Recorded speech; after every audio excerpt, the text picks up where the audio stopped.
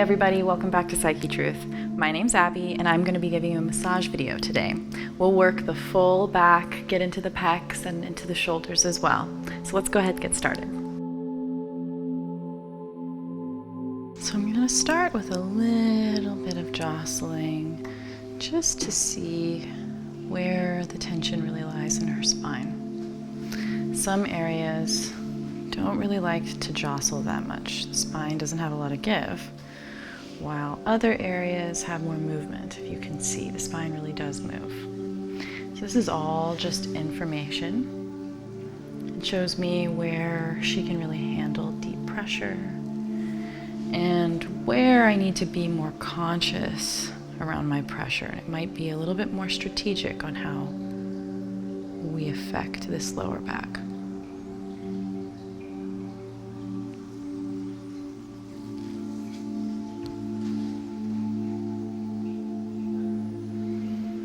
When it comes to full back massages, I really do like long strokes. They help calm the nervous system, get everybody ready.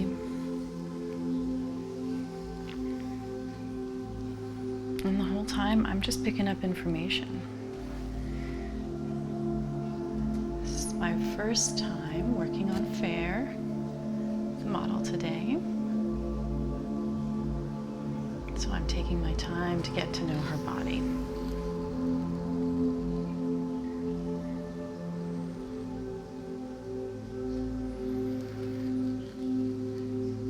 There's a lot of tension in this upper back area.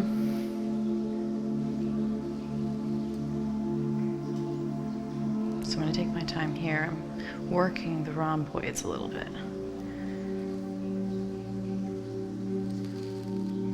Sometimes it's hard to realize where we're holding and where we're tight. The brain has a powerful tool where it's able to kind of shut out chronic pains that it doesn't have to listen to.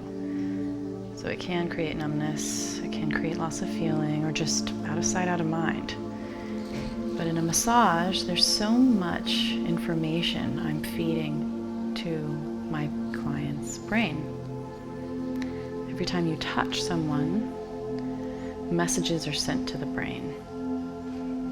And then the messages come back and help the body react to whatever just occurred.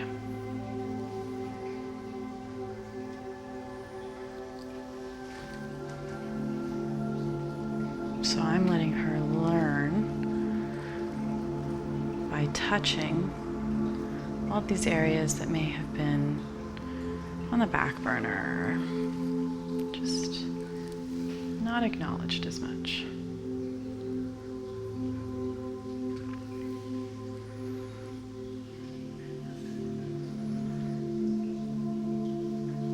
And I do have a shout out for our patrons today. Tendon, Smack-a-Lack-Attack, and Dan Kelly. Thanks so much for your support, you guys.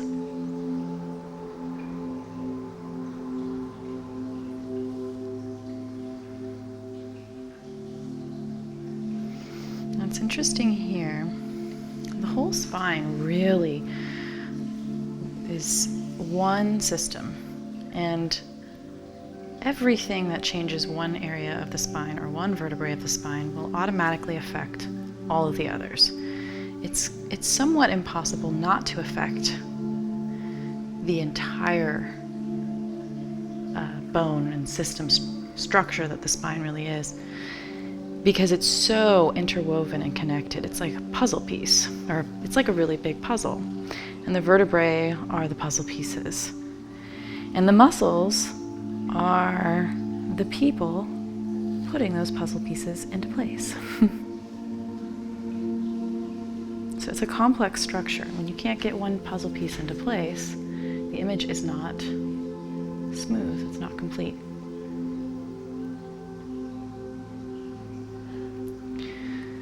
So when you're working with tension and mobility in the body, it's really a balancing act.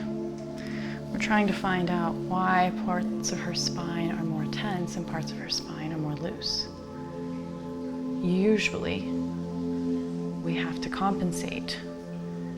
So the loose, more hypermobile parts of her body are coping and becoming more flexible, hypermobilizing to accommodate the hypertension and tightness taking place somewhere else.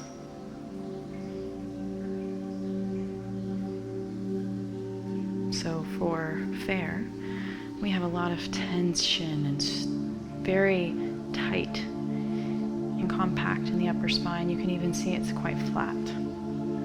But so when this part of the spine flattens, it will reflect in the rest of the spine because the rest of the spine will have to hypercurve in order to compensate.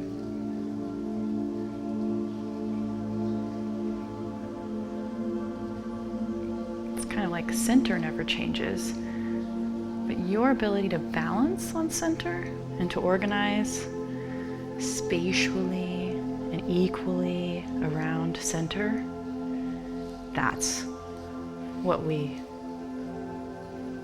have to work with.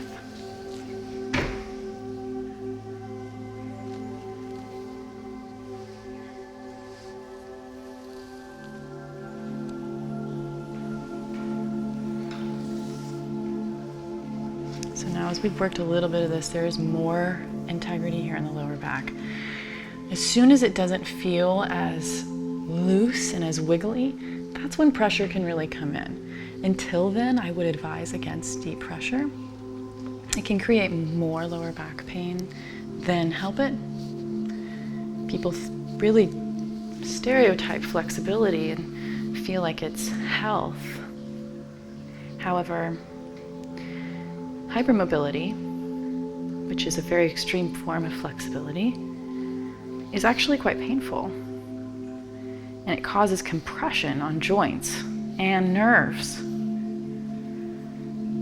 So when you feel lots of flexibility and mobility in joints, take your time, start looking around and seeing if you can find something that's really tight.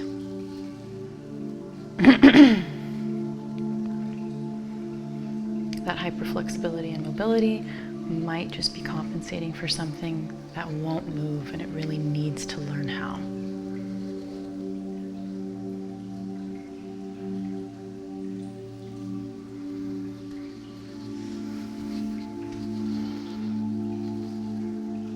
See, in this position, you can see that even the scalenes and the sternocleidomastoid have everything to do with that flatness in her spine. There's a lot of tension here and shortness. And because the head is pulled forward and stuck on these scalenes and jutting forward, this has to flatten out so it can be more stable, so she doesn't get too much pain in the back of her neck. It's a protection mechanism.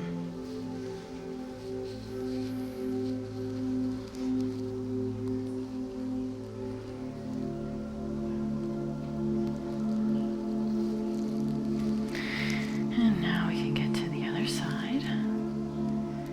Let's see what we're working with on the left.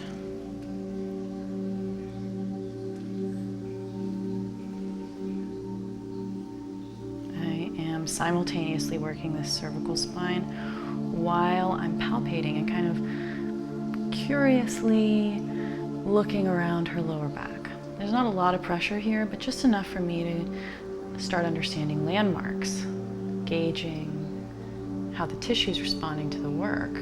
Can I affect the way the lumbar tissue and spine feel by affecting the density of her cervical spine? Sometimes it's yes and sometimes it's no.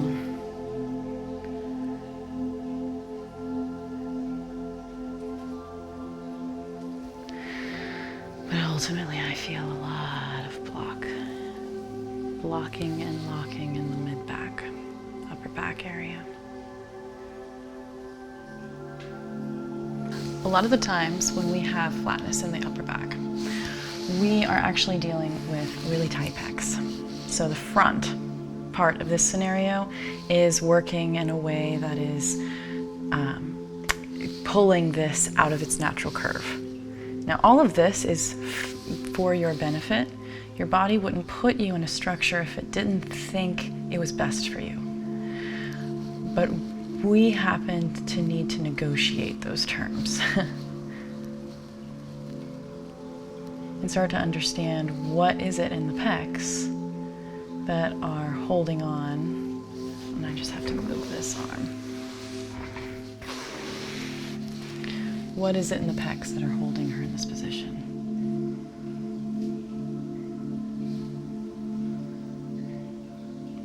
Now, this is a very intimate position to be in with your patient. So if you need to slow down, let them get used to it. Show them there's a reason why. Go for it. And massage, I'd like to think that it's a fluid movement and there's no breaks in between. And once the session starts, your hands never leave the body. But that's an older paradigm for massage therapy. In my practice, your nervous system is my lead, my guide.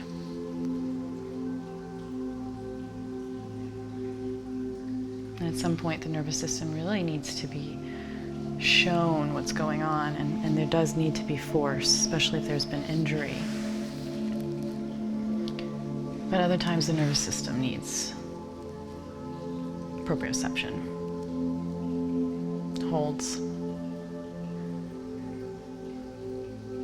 and it needs to be followed.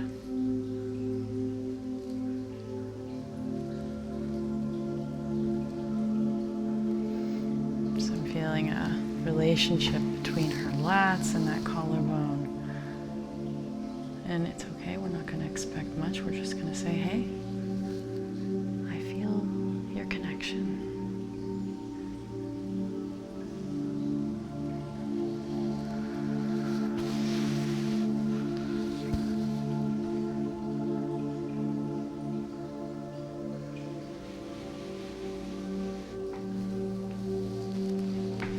I do love this position to get into the front of the neck, into these scalenes and sternocleidomastoid. Gravity is really our friend. I don't have to work too hard, but I get a lot of feedback.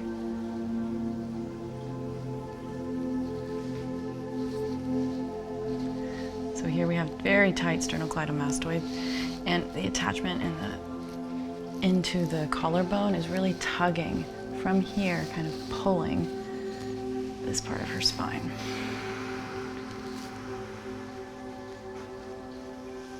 So I'm trying to let there be a little give. Maybe when she stands up, we can increase that curve in your middle, that mid or upper back in this thoracic spine.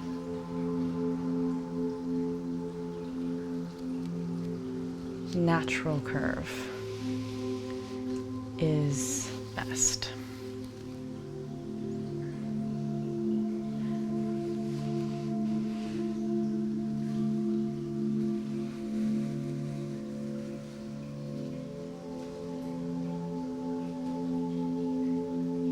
Just a little stretch.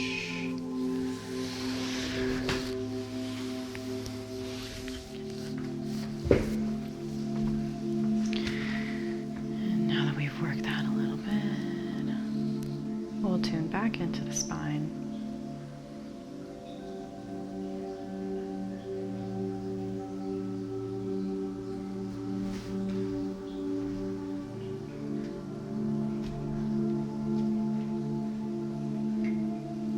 And finish up the massage with the longer strokes that her lower back can handle now. And we've fed some of that tension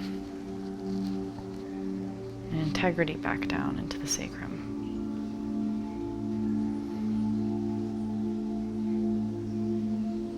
Just a little traction on the occipits.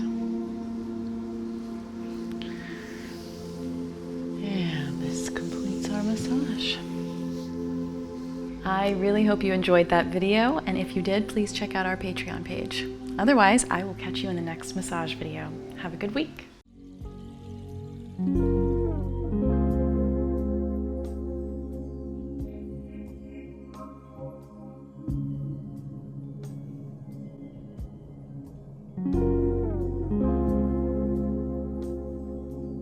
Join us for 14 and 30-day programs, hour-long classes, and much more on our yoga app, Yoga Plus by Psyche Truth. It's free to download and features a variety of wellness content, including yoga, fitness, Pilates, guided meditations, and interviews with dozens of wellness experts.